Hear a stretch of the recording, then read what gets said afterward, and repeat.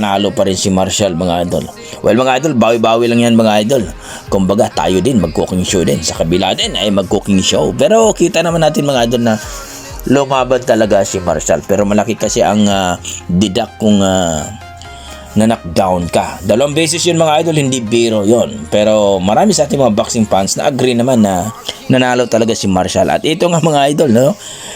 Talagang naglabas din ito ng sa loobin itong si Marshall na hindi daw maganda ang kanyang pakiramdam nung lumaban siya. Isang suntok na lang daw, matamaan siya sa budiga, ay baka ay sasakit na ang kanyang tiyan. Nagtai daw ang ating prospect mga idol, si Marshall.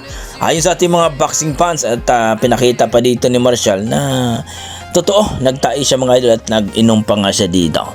So marami nagsasabi mga idol, palusot na lang daw ito ni Marshall para hindi siya mabas dahil 2 beses daw itong na-knockdown.